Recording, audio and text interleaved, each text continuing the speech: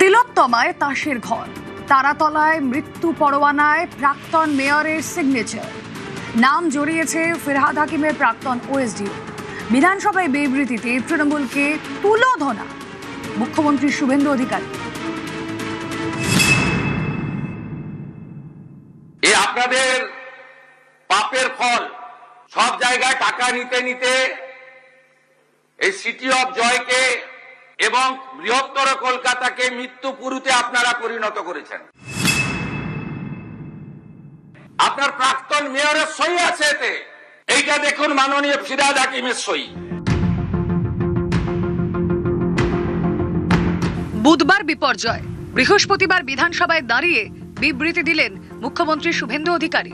তুলোধনা করলেন তৃণমূলকে।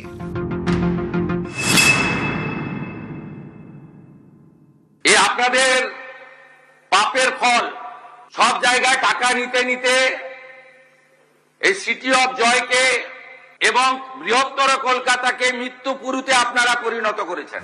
মুখ্যমন্ত্রী নিশানায় তৃণমূল জমানার কুশীলবরা।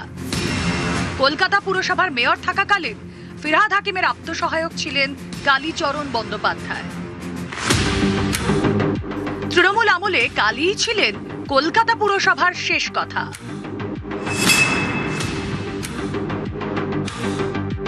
আপনার কালীকে তুললে সব বেরিয়ে যাবে। কলকাতা কর্পোরেশনে কালী না বললে কোনো প্ল্যান হয় না। আর কালী অ্যাপয়েন্টেড বাই ক্যামাস্ট্রিট, সবাই জানে।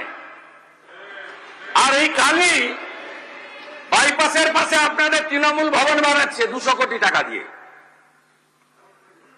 আর এখান থেকে টাকাটা তুলে ওখানে পাঠায়। আমরা সব জানি, সব বের করেছি, আমরা এফআইআর হয়েছে, আরো ব্যবস্থা নিচ্ছি। চারতলা গোডাউন তৈরি হওয়ার আগেই হুড়মুড়িয়ে ভেঙে পড়ল। কার গলদ?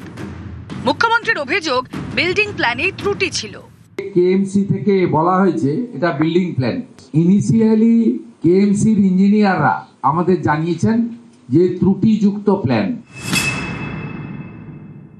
আপনার প্রাক্তন মেয়রের সই আছে এতে, এইটা দেখুন মাননীয় ফিরহাদ হাকিমের সই।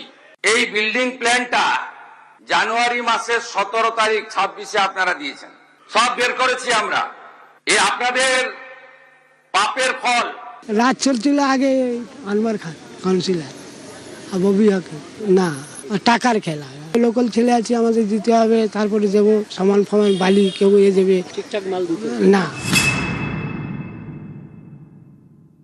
সব জায়গায় টাকা নিতে নিতে এই সিটি অফ জয়কে এবং বৃহত্তর কলকাতাকে মৃত্যুপুরীতে আপনারা পরিণত করেছেন। একাধিক ইনসিডেন্ট, গার্ডেন রিচ থেকে শুরু করে শিক্ষা নেননি, সংশোধন করেননি। নিউজ 18 বাংলা। তৃণমূল জমানায় কলকাতা পুরসভায় কালী কথা। মেয়র থাকাকালীন ফিরহাদ হাকিমের ওএসডি ছিলেন এই কালীচরণ বন্দ্যোপাধ্যায়। তার নির্দেশ ছাড়া নাকি পুরসভায় একটা পাতাও নড়ত না। তারাতলা বিপর্যয়ে স্ক্যানারে সেই কালীচরণ বন্দ্যোপাধ্যায়।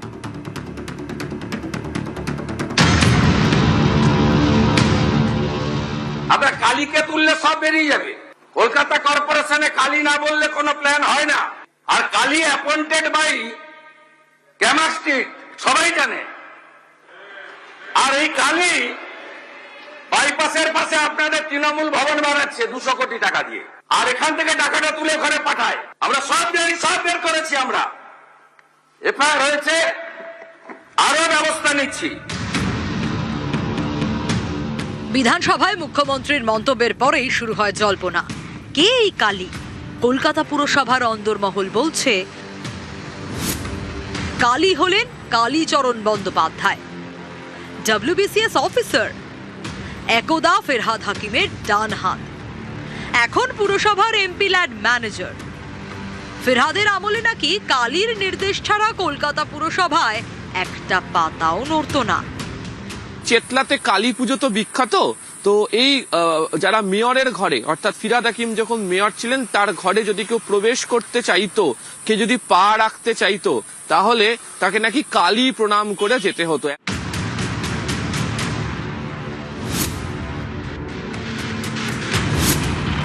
2003 সালে WBCS পরীক্ষায় রাজ্যের দ্বিতীয় হন কালীচরণ বন্দ্যোপাধ্যায়।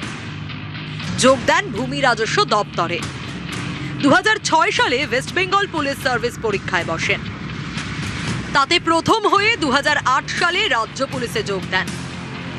প্রশিক্ষণের সময় পুলিশ ছেড়ে ফের ভূমি রাজস্ব দপ্তরে ফেরেন। 2010 থেকে পুরসভায় শুরু কালীরাজ। সোশ্যাল সেক্টরের চিফ ম্যানেজার পদে বসেন কালীচরণ। 2018 সালে কলকাতার মেয়র হন ফিরহাদ হাকিম। ওজন বাড়ে কালীরও, ফিরহাদের ওএসডি হন কালী। এরপরই উত্তরোত্তর বেড়েছে কালীর দাপট। কেএমসিতে তিনিই ছিলেন শেষ কথা। তার চোখ এড়িয়ে নাকি কোনো প্ল্যান পাস হতো না।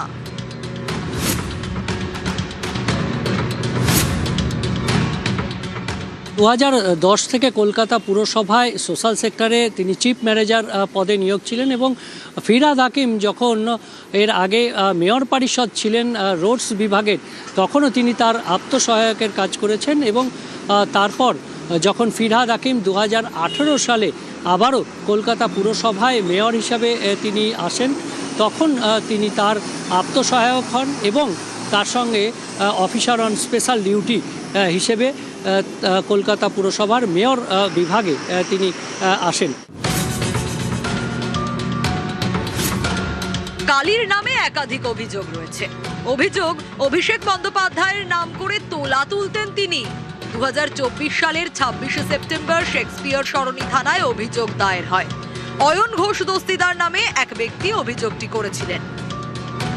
শোনা যায় এই অয়ন নাকি ক্যামাক স্ট্রিটেরই কর্মী। এরপরই আসরে নামেন ফিরহাদ হাকিম। অনেকে বলেন অয়নের করা অভিযোগ নাকি বেশি দূরে এগোয়নি, কোনো এফআইআরও দায়ের হয়নি। কালীর দাপট অব্যাহত থাকে। যদি এরকম কোনো কমপ্লেন থাকে তো আমাকেই দিতে পারতো, আমি ইনকোয়ারি করাতাম। এটা বিভাগীয় ইনকোয়ারি করাতো। নিশ্চয়ই করাতো। তারাতলা বিপর্যয় এবার স্ক্যানারে সেই কালীচরণ। আপনার কালীকে তুললে সব বেরিয়ে যাবে। কলকাতা কর্পোরেশনে কালী না বললে কোনো প্ল্যান হয় না। আর Kali appointed by Camac street. Kolkata থেকে আবির ঘোষাল এবং বিশ্বজিৎ সাহা, নিউজ 18 বাংলা।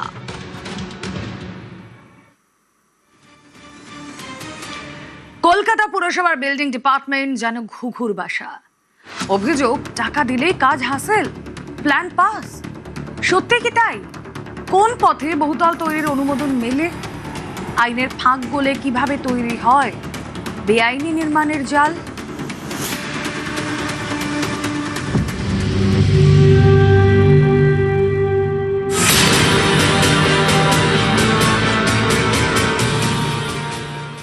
সব জায়গায় টাকা নিতে নিতে এই সিটি অফ জয়কে এবং বৃহত্তর কলকাতাকে মৃত্যুপুরুতে আপনারা পরিণত করেছেন। ব্যাঙের ছাতার মতো গজিয়ে ওঠা বহুতল, একটা আরেকটার গা ঘেঁষে। এমনও জায়গা আছে যেখানে রাস্তা নেই, তাও বিল্ডিং আছে। গত কয়েক বছরে কলকাতা এবং তার আশপাশের এলাকায় এটাই হকিকত। কিন্তু কেন এই অবস্থা? কারা দায়ী এর জন্য? কলকাতা পুরসভার অন্দরে কান পাতলে শোনা যাচ্ছে কোটি কোটি টাকার ডিলই দরজা খুলে দিচ্ছে বেআইনি নির্মাণে। কি এই ডিল, কিভাবে হয় এই ডিল, তা বুঝতে আগে জানতে হবে কলকাতা পুরসভা এলাকায় কিভাবে মেলে বহুতল তৈরির লাইসেন্স। বহুতল তৈরির আগে অনুমতি নিতে হয় কলকাতা পুরসভার কাছ থেকে।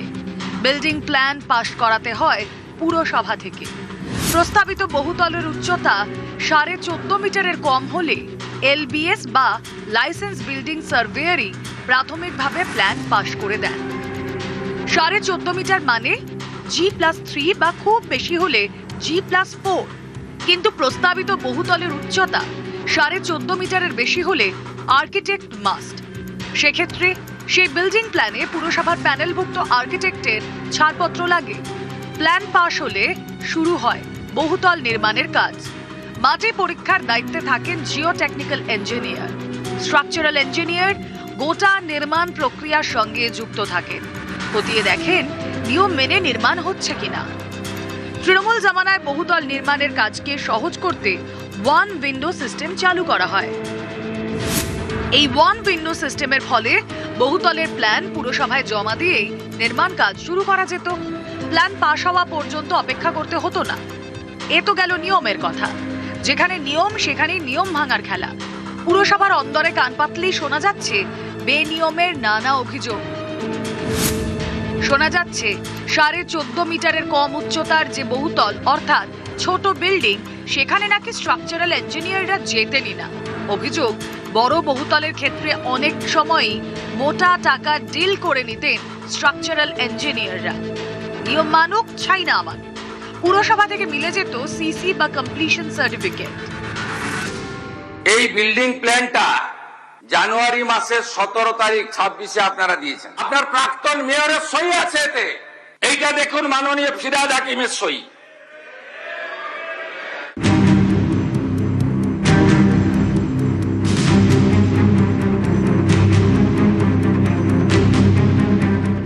তারাতলার যে নির্মীয়মান বিল্ডিং এতগুলো মানুষের প্রাণ কেড়ে নিল, এই হলো সেই বিল্ডিং তৈরির ছাড়পত্র।